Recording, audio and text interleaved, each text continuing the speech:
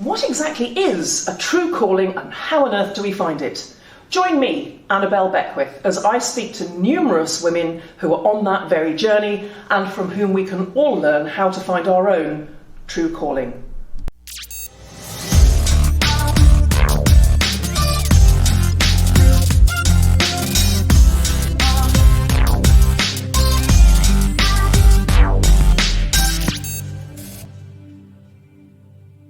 Hello and welcome to the show. Now our theme today is Be the Pioneer and my guest is Alison Balter. Now Alison has been a programmer for 40 years. Yes, you did hear that correctly, 40 years.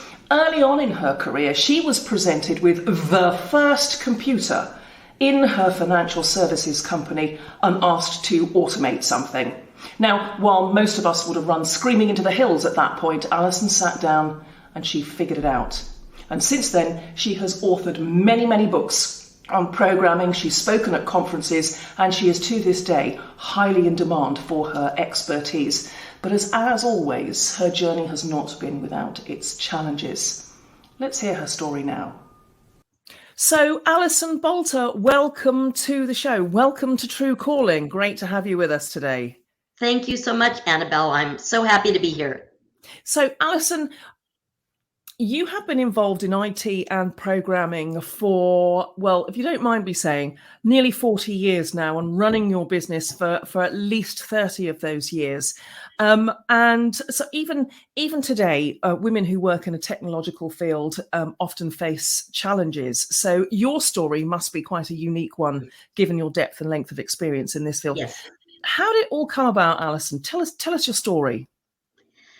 I went to Pepperdine University in California, which is a great business management school, and I got a degree in business management, and my emphasis was finance.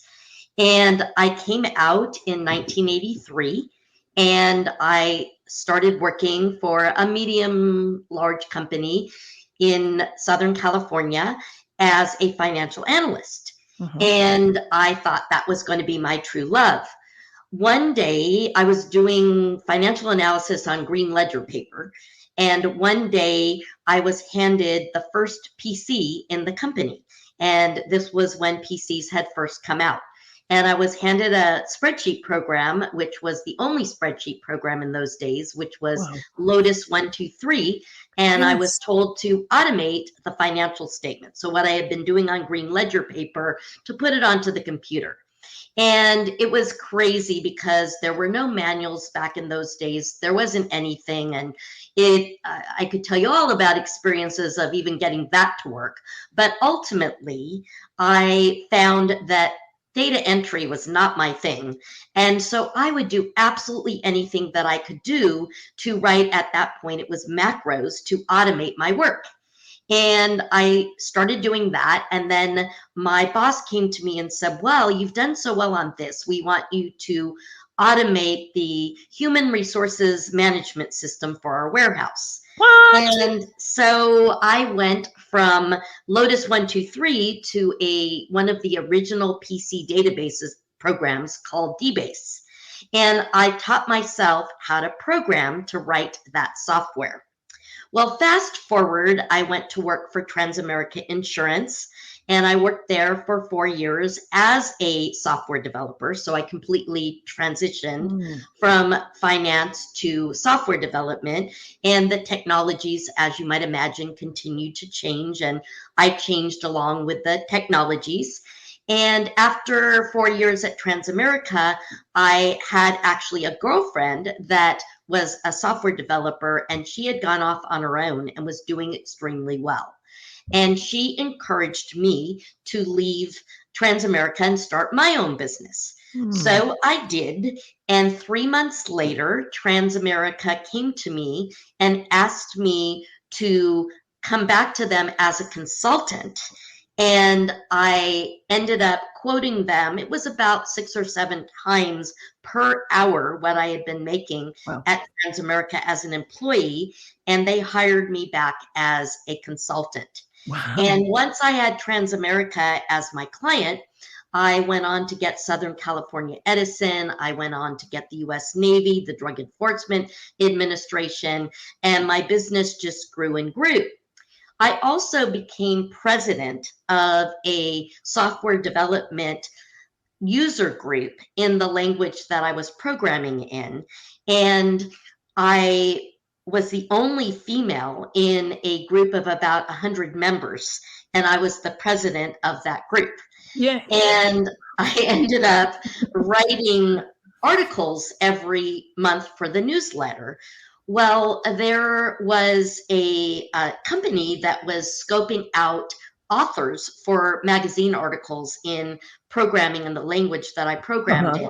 So I wrote some articles for that magazine, and before I knew it, I got a call from Macmillan Publishing, which at the time was the largest publishing company in the United States. And the woman at the other end said, hi, my name is Grace, and we want you to write a book for us.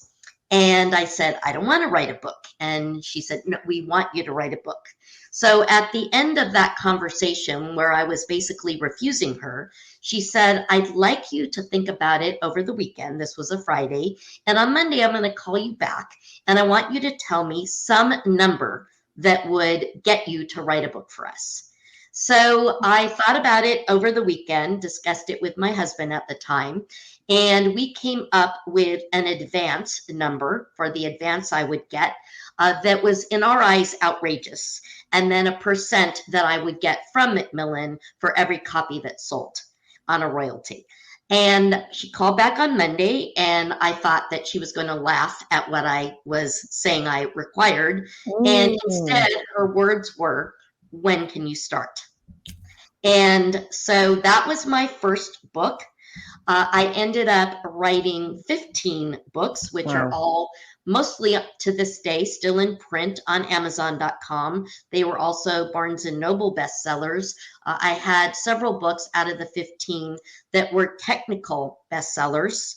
And also my books were published in 14 different languges, including Spanish, Portuguese, Szechuan, Mandarin, Cantonese, Russian, Turkish, etc. So my books are still all over the world. And the other thing that was interesting about my career is that throughout my career, not only are there very few women in the world today even that program in the language that I program in and do what I do, but also with my clients, I am almost exclusively, because of the way the world is, I am almost exclusively in business meetings with large corporations and government agencies where the other people in the meetings are all men. So that is my world.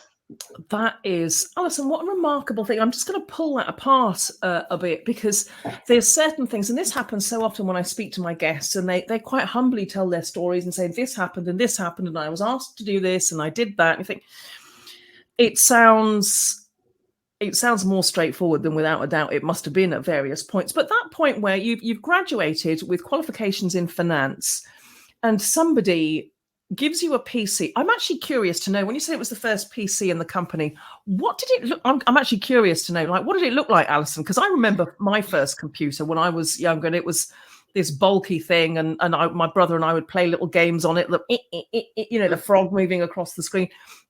I don't know that business computers were much more advanced than that. What did it look like? So it was an IBM computer, and it was a huge box that sat on your desk with a huge clunky monitor on it. And it was what in those days was called a dual floppy computer. So it had no hard drive. It had 2 floppy disk slots, and you'd put your program in one slot, and you'd put where you were going to save your data in the other slot. And that was how you would work. And it was very slow. There was no connectivity to the internet back in those days. It was a very different machine and world. And you remind me of a quick story, Annabelle. After that, I started traveling for that company a bit. And they gave me what was called a luggable. in those days, Not a which was laptop, a luggable. a luggable. Got Now, it. it was called a luggable because it was a computer, but it was still very large, but it was small enough to lug with you wherever you went. So I went to LAX, the Los Angeles airport, going on a business trip, lugging this computer that I don't know exactly, but it was a good 35 pounds. Oh. And I'm walking through the airport, and I was pretty young, and these cute young gentlemen stopped me, and they wanted to know, they kind of were flirting with me, and they wanted to know if I was a seamstress, and that was my sewing machine. Oh, were So they they? were very shocked to hear that I was a software developer, and that was my computer. Hmm. Hmm. Oh, yeah. Yeah. That's kind of, that says it all right there, doesn't it? Yes. But when you so a very different world in the like the sort of early days of computing and so on, and when you I'm what I'm trying to pinpoint here is the mindset when somebody presented you with this thing, first one in the company, and said, right, we want you to do this, and your background's over here, it's in finance, and what you're being asked to do is over here. Now, many people, myself included, would have gone, sorry, you've got the wrong girl here. Mm-hmm. But you clearly didn't. You kind of rolled up your sleeves and thought, right, what was it that prompted you to start in this, to be absolutely in the vanguard and think, right, there's no instruction manuals as you've outlined. I've got to figure this out. How did you approach that whole challenge? So to be honest with you, it has to do with, I don't know if you can see that satellite in the background on that bookcase, but that is a model of a satellite that my father invented. And that particular one, interestingly enough, was actually placed in Great Britain. So my father, who died when I was pretty young as a kid, but he was a scientist who invented the first piece of equipment that allowed us to direct dial overseas. Wow. Prior to my dad doing that, you had to get a line with an operator. We had relatives in London, and when we wanted to talk to them, you got an operator and you got a connection and you could talk to them. And once my dad invented that satellite, which he did for the US government to spy on the Russians, but once he developed that equipment, it eventually went mainstream and was used by the telephone companies to allow us to direct dial.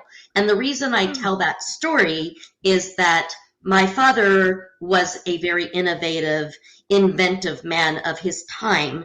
And I think I got that similar brain in terms of just figuring things out and going for them.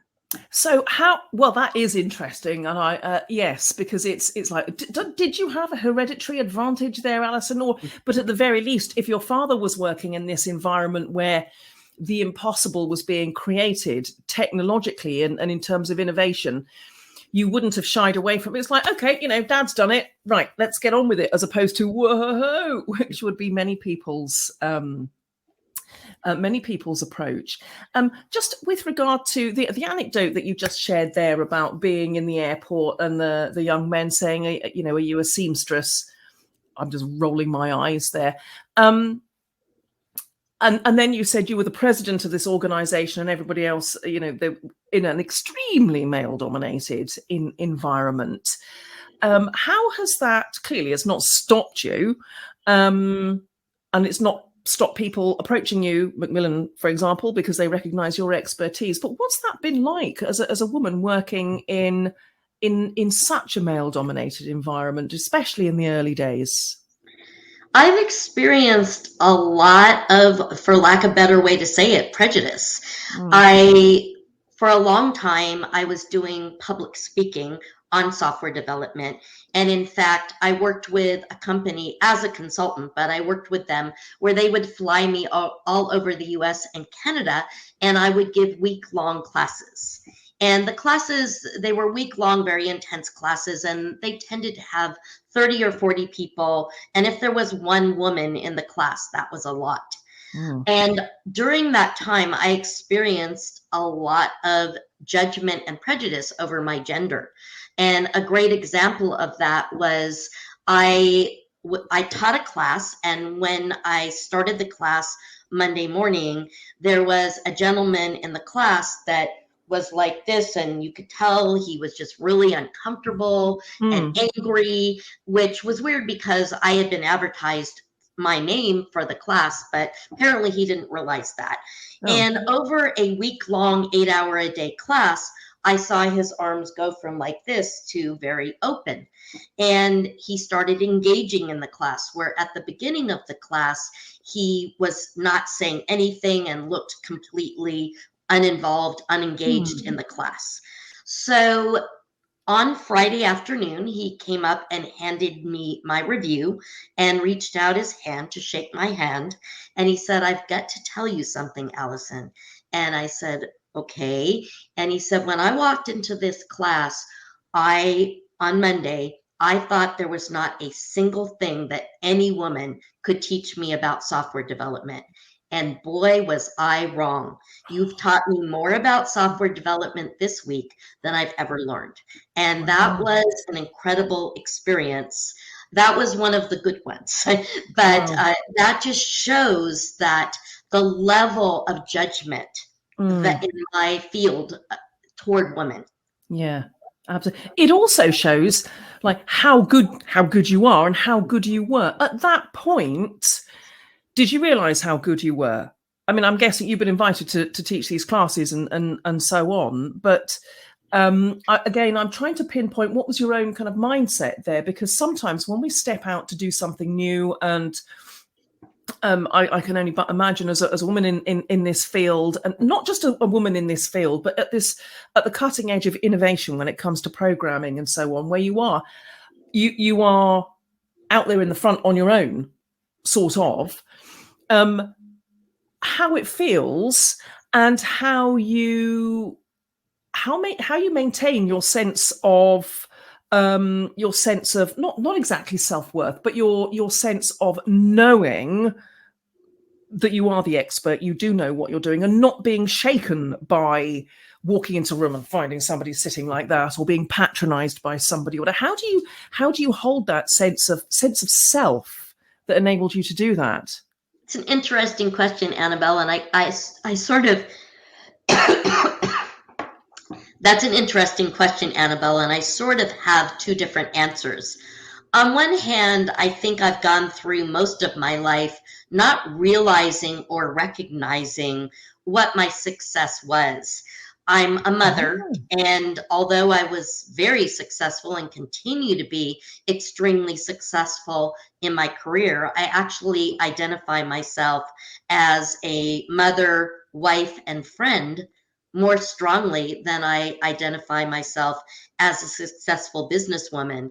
And I would say my kids growing up, and now they're 24 and 26, but my kids growing up, the way that I acted about my success and my books, I would say they probably thought that every mother wrote 15 books.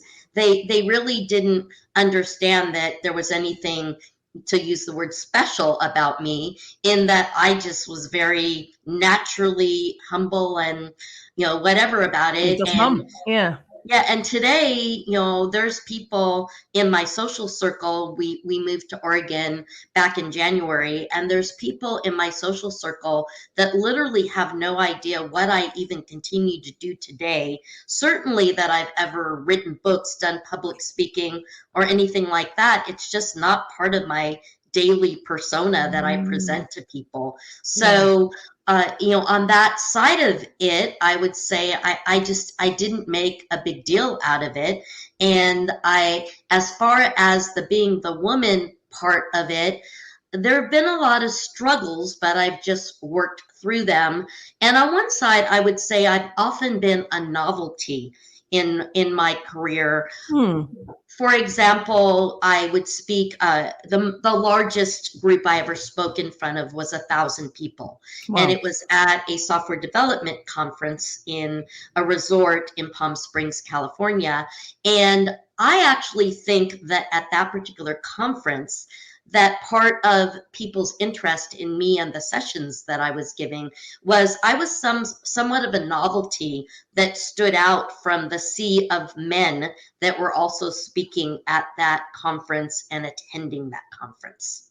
Wow. Yeah. And that's it's an interesting thing, isn't it? That kind of the novelty side of things, and thankfully it's not quite such of a novelty these days, because there are so many women who are actively being encouraged. You know, think times change, thank goodness. Sure. But just to backtrack a little bit, I love what you say there about, you know, your friends wouldn't know necessarily that there was all this going on the side, because it is true, isn't it? Like, none of us, whilst we're focusing on your career, and there's further questions that I want to ask you in just a moment about where your true calling lies. But before I do that, it's just to think about, we're none of us defined by our jobs. We're none of us defined by our career success or by, you know, it's part of who we are and what we've accomplished. But as you say, to have this rounded persona that you're the wife, the mother, the friend, the confidant, etc., is it's like who you are. And who you're being defines who you are, not what you do. Sure, exactly. Exactly.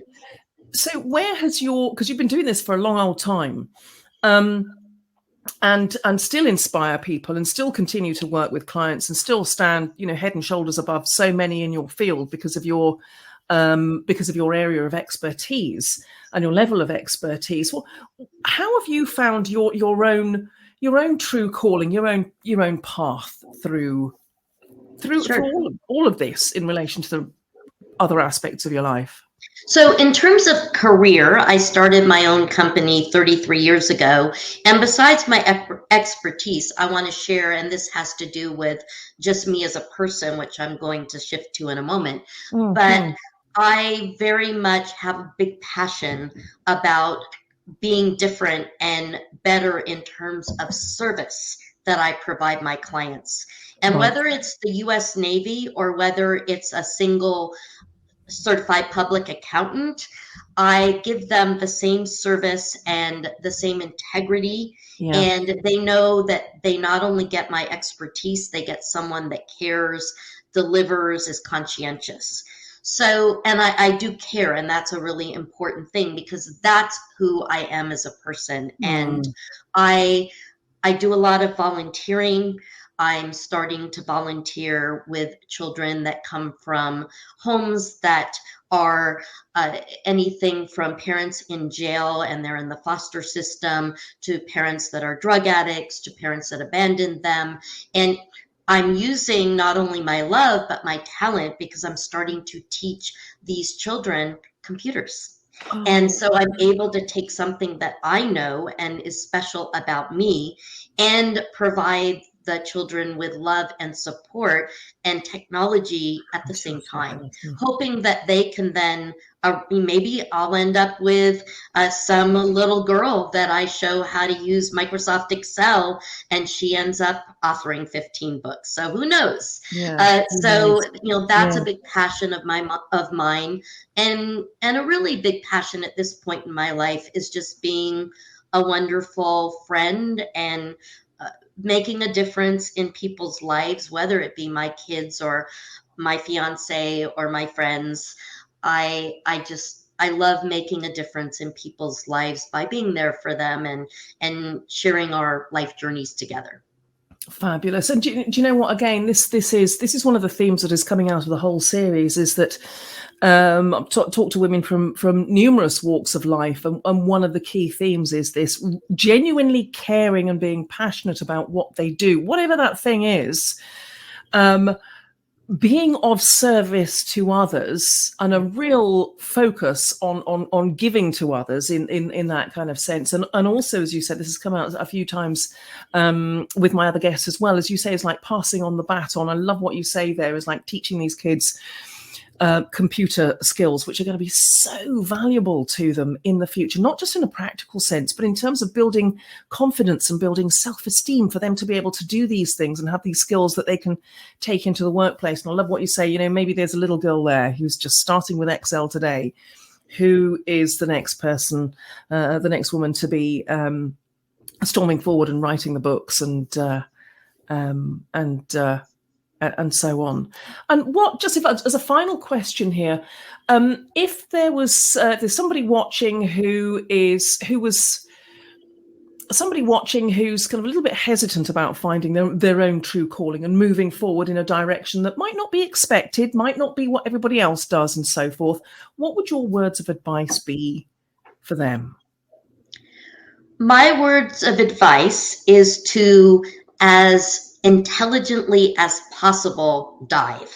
And what I mean by that, I probably wasn't particularly practical or intelligent when I took the dive. I had $5,000 in the bank, and I started my own company, and I had a mortgage on a house. I owned a house. So I don't know that that was the smartest move. So I would suggest having a little bit more cushion than I did. But at the end of the day, if you have your ducks in a row, so to speak, I could not encourage anyone more than to dive, go for it. And go for it with gusto, go for it with integrity, and know that you're going to have to work very hard, at least in the early years, to get it going and maintain it. But the journey is amazing. So it's very, very, very much worth it. So those would be my words. Dive, go ahead and jump. Yes. Brilliant. Alison Balter, thank you so much for joining me today on True Calling. It's been a genuine pleasure to speak to you, as always. Thank you, Annabelle, you as well. And thank you so much for having me. It's been great. Alison is a brilliant example of somebody who boldly went where nobody had gone before, who stepped out in the vanguard as a pioneer in her chosen field, who really wrote the rules as she was going along. And her story is a testament to the courage to step up and stand out and be the pioneer, and also to continued resilience, continued development and learning, because she's still at the forefront of her field, even today, 40 years on. What a great story she tells, and how much can we learn from her skills and her insights and her experience. Friends, whatever you're doing today, please choose to take steps in the direction of your true calling.